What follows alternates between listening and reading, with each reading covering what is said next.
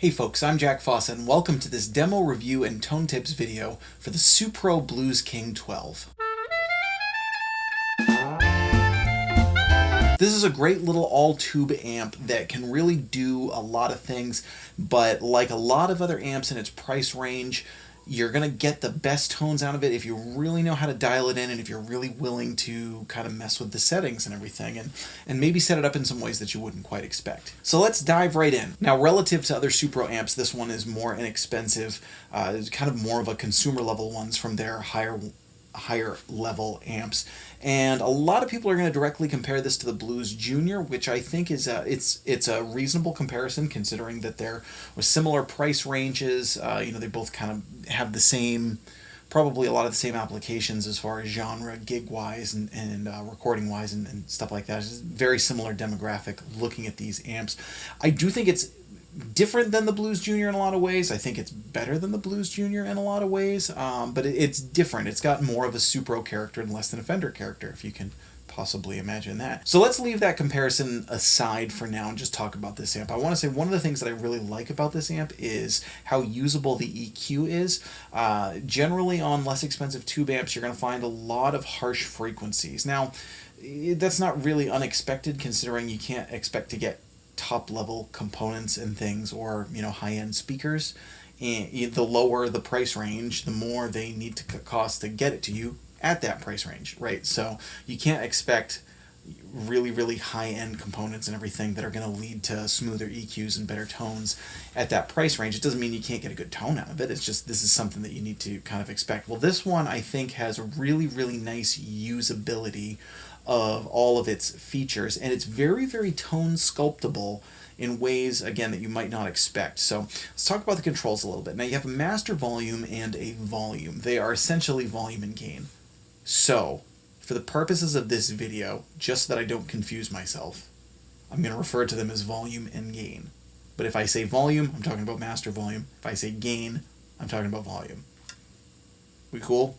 It has spring reverb on board, and it has a 3-band EQ, as you might expect, treble, bass, and middle. And then it has 2 switches for gain and boost. Now, these are foot switchable. It also has an effects loop, it has a line out, and it has an optional foot switch where you can foot switch either the gain and boost. And they function well, as you would expect. A boost gives you a boost in volume and kind of a lower end bluesier push.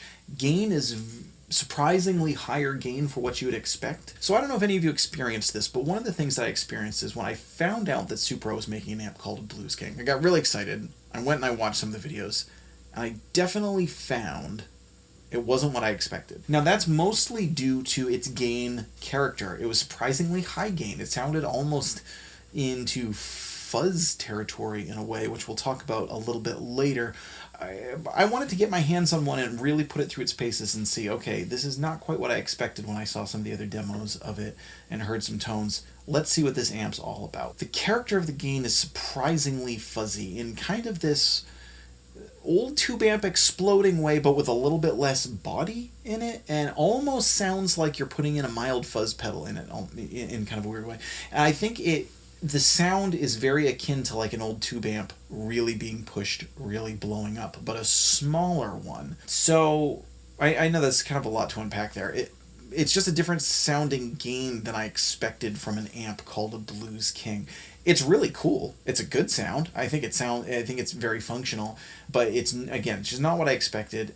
It can get some really, really cool, pretty gnarly, gritty, gainy tones.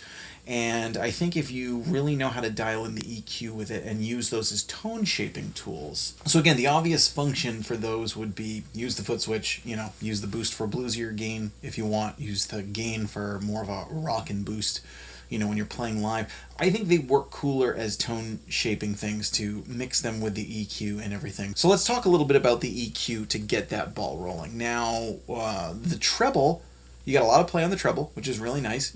As with tube amps, if you push it really, really high, it gets a little bit shrill, but, I definitely found less harsh frequencies than in other tube amps in its price range. Same with the mids. The mids has a lot more play on it. I think the mids has kind of a slightly boxy character when you push it. Not necessarily in a bad way. I mean, it's a boxy amp, right? That's kind of what you expect with it. And I think if you want to emphasize that, if you want to make it sound like it looks, the mids knob is going to be your friend. With the treble and the mids, I definitely found, I usually don't like to stay tethered to noon, but I definitely found that typical tones, you want to keep those closer to noon, give, between, I don't know, probably between like 10 o'clock and 2 o'clock. Anywhere in those range. Had a lot of sweet spots in there for different sounds. You can definitely pull them and get some different sounds that way. I'd be wary about pushing them, but even on high-end tube amps, I don't really crank the treble because it's just a little too bright. So that's where I found that there was a lot of play in those. What the really cool knob on this one is the bass knob, and especially when you talk about tone shaping involving the gain and the boost. The bass knob, it doesn't get too boomy or muddy if you turn it all the way up, and it doesn't get too crazy like... it does get thin if you turn it all the way down, but in a cool way. So let me explain that. The bass knob I would look at as much as a tone character knob. I almost want to say it makes the amp... You can make this amp sound massive. You can make it sound like an amp that's way bigger. Or you can make it sound like a classic tiny Supro, like an old recording Supro, like one of the...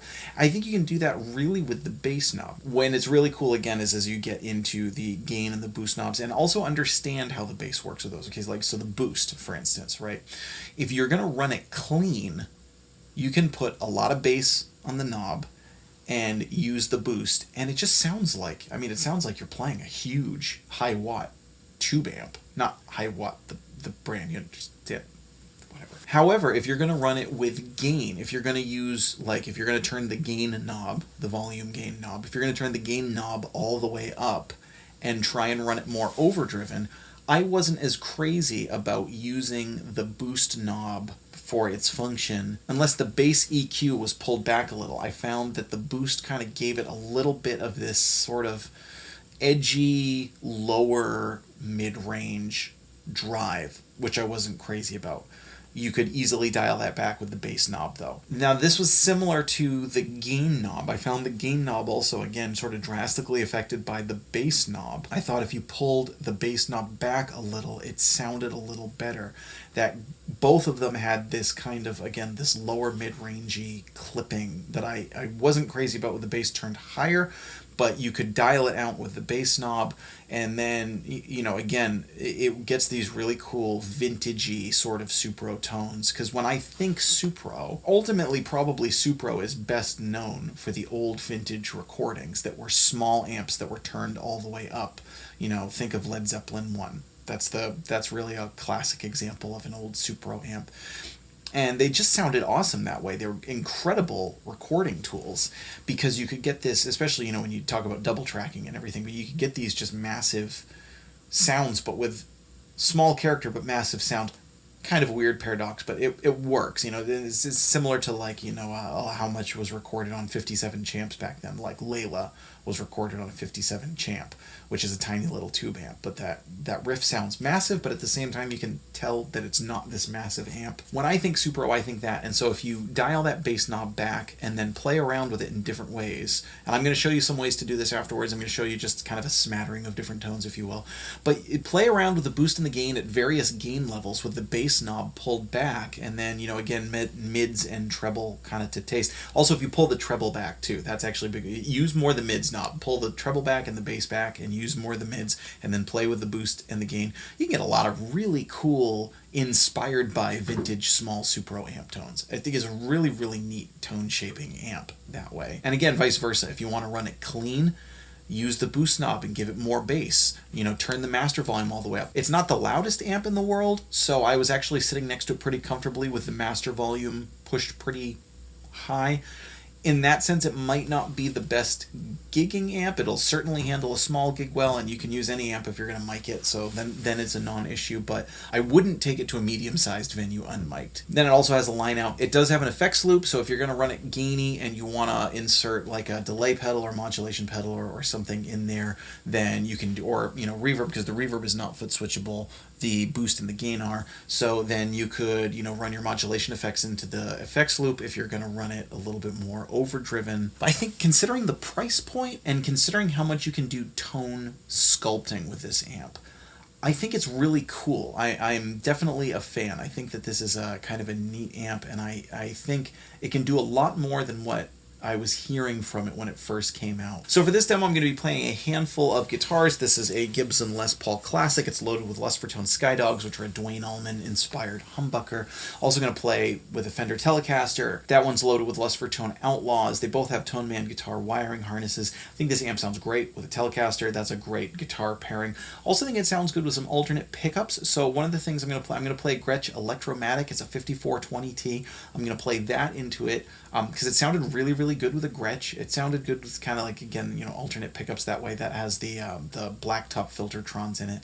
And the other thing this amp is great for is slide. And so I'm going to play a Gibson SG that's loaded with Righteous Sound pickups, RAFs. I'm going to do that for slide. And it kind of does this, if you really push the boost and the gain together and really push, and just open this amp up, it's great for that exploding amp tone, like an old, think about those old gigs where a small amp was just turned all the way up and they just let it rip the whole time. This amp does that pretty well, and that sounds really cool for slide. So I'm going to show you some of those tones. I'm going to show it to you with one pedal, which is a Wampler Tumnus Deluxe. This is a very transparent pedal. It's a modified clone type pedal, and it's a great, great overdrive. It works as both an overdrive and a boost. I'm going to use that in a couple of different clips as an overdrive and a boost, so that you can hear it kind of, how does it interact with an overdrive or just running a boost into it. So let me know what you think of the Supro Blues King. Is this one that you've had your eye on? Do you own it? How do you run it? If you run it a certain way, please feel free to leave that in the comments below. I'm going to show you a handful of different tones that I thought were cool. If you have your own cool tones or cool guitar pairs or pedal matchups, let us know how you run it. I'm Jack Fossett. Please remember to like, share, and subscribe, and we'll see you next time.